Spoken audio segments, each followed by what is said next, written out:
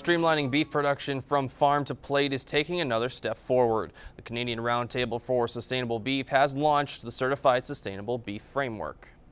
Well, what this framework's all about is being able to tangibly show what a producer does in order to make sure that the customer feels like the product they're buying has come from a place that is environmentally sound, that takes care of the animal welfare, and takes care of other elements as well, like how they impact their community, how they've taken care of food safety and food quality. The launch of the Certified Sustainable Beef Framework is a collaborative industry effort providing producers and processors with the means to recognize sustainable production practices. These 5 principles, what I've just went through, really are questions and pressure points, I guess if you want to call it, that consumers are concerned about how we produce our beef. And so producers can go onto our website, see what the questions are, the indicators that they need to be able to answer. You can visit the CRSB website for more information on the Certified Sustainable Beef Framework. Dr. Ralph Syed is Lloydminster's longest-serving family doctor and was recently recognized by the College of Physicians and Surgeons for serving the population of Saskatchewan for 42 years. During that time, he has contributed to numerous local programs and causes and serves as Lloydminster Bobcats physician. Dr. Syed quick to downplay the honor but was appreciative of the recognition. It was nice that I was able to provide continuous service for something that I love to do for the last 40 years. What stands out most to him is how much he has enjoyed his time serving the community after moving from India in 1975. If I tell some people I'm addicted to people. And I love being able to help people. I love the community of Lloydminster. Lloydminster has been good to me over the years, and I absolutely enjoy doing what I do. Dr. Syed originally intended to stay in Lloydminster for 1 year before continuing to travel. While moving to a new community is necessary for many people pursuing post-secondary education, here in Lloydminster there are many options for students to find accommodation, but as Brian Lentz shows us in this week's edition of Retrospect, that has not always been the case.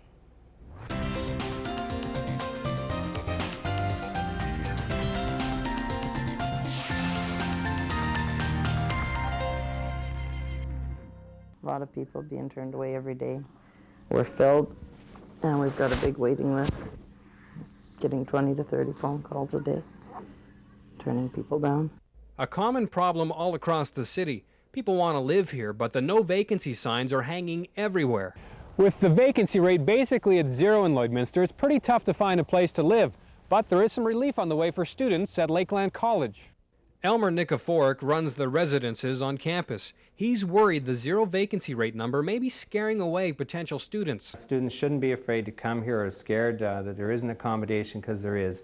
Good news, because the next semester starts in just a few weeks. We have rooms here for our students. We have just over 100 single students staying with us, and then we rent some rooms out to workers, but we've reserved 32 rooms minimum that are there for our first comer for our students' needs.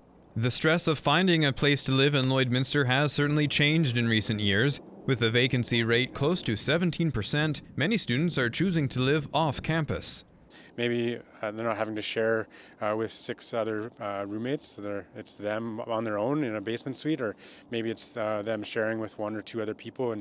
Well short of the 250 student capacity, currently only 150 people are living in residence, and many of those are playing on college sport teams. So we get a ton of athletes living on residence just because of the convenience factor, and a lot of our athletes come from far away, so that for sure is a big chunk of who's living in residence, and then a good chunk of international students as well.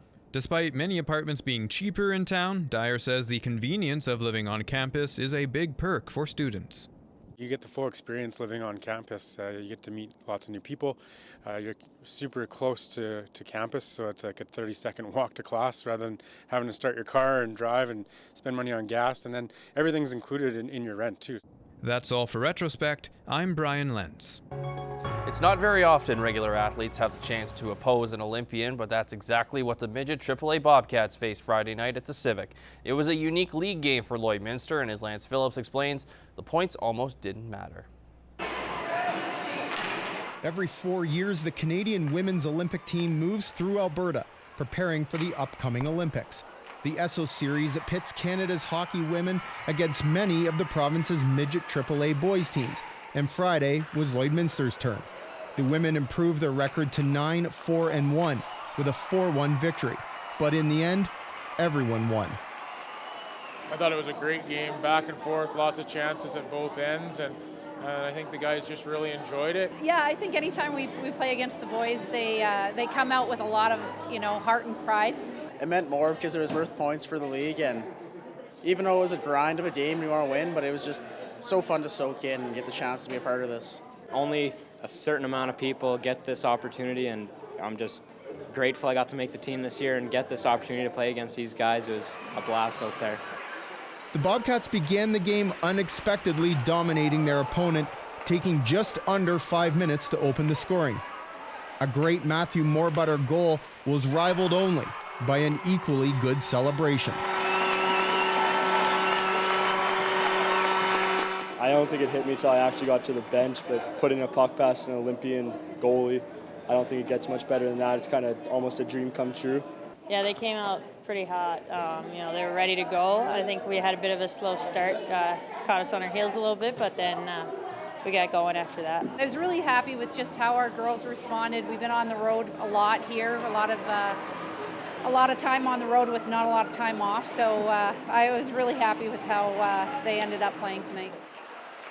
With a record of 3-16-2, the 2017-2018 campaign certainly hasn't been what the Bobcats had hoped for. But turning around a season requires a defining moment. And the 60 minutes of hockey played Friday may be exactly the moment that the Bobcats have needed all along. After the room, we're all having fun. We won the shootout, so it wasn't all negatives in there. And I think we can really build off this game. Actually, I think it's going to be a good, maybe a turning point for our season. We had a full lineup for the first time, and I thought we played really well, and I think the guys were just pumped all the way around despite the score. Obviously, just watching video from this game, seeing what we did right, what we did wrong, because there's still lots that we can fix from that game. And I think if we just do all those little things, we can be the best team in this league. And it's amazing what a little bit of confidence can do for a team. Lance Phillips, Newcap Sports, Lloydminster.